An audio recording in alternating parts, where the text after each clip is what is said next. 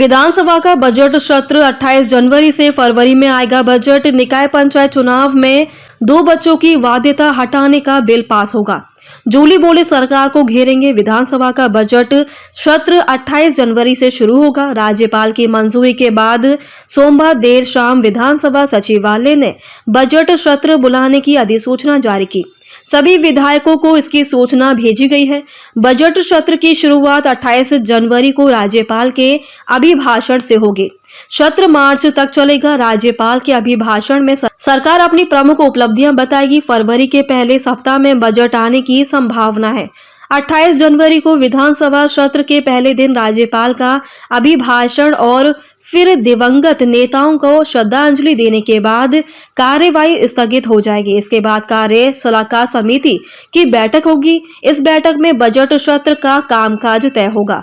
राज्यपाल के अभिभाषण पर 3 से 4 दिन बहस होगी। इसके बाद सरकार का जवाब आएगा। सरकार के जवाब के बाद सप्ताह भर का ब्रेक संभव है। फरवरी के दूसरे सप्ताह में बजट पेश किया जा सकता है। अभी इस पर आखिरी फैसला होना बाकी है। बजट में सरकार कई नए कार्यक्रमों की घोषणा कर सकती है।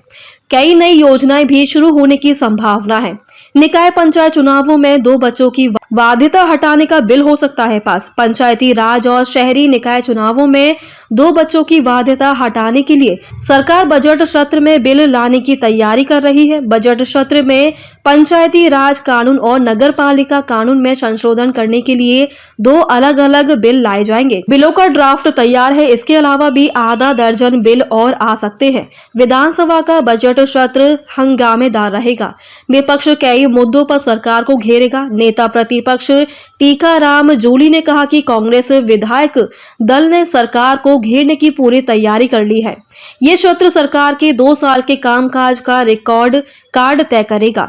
इस सरकार की एक नई परिपाटी बन गई है। पहले बजट में बड़ा चढ़ाकर घोषणाएं करना और बाद में फिजिबिलिटी नहीं है का हवाला देकर उन्हें निरस्त कर देना। इतिहास में पहली बार ऐसा हो रहा है कि घोषणा के बाद फिजिबिलिटी चेक की जा रही है, जबकि यह काम पहले होना चाहिए। आगामी बजट भी महज एक औपचारिकता रहने वाला है। विपक्ष ने सरकार के वित्तीय कुप्रबंधन की पूरी डिटेलिंग कर ली है।